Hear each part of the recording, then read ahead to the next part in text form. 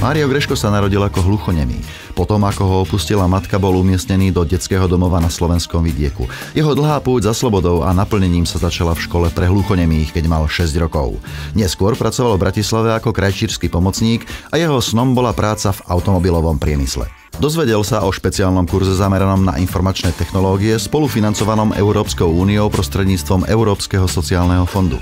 Na kurze sa naučil o programoch a službách pre nepočujúcich a investoval do prenosného počítača.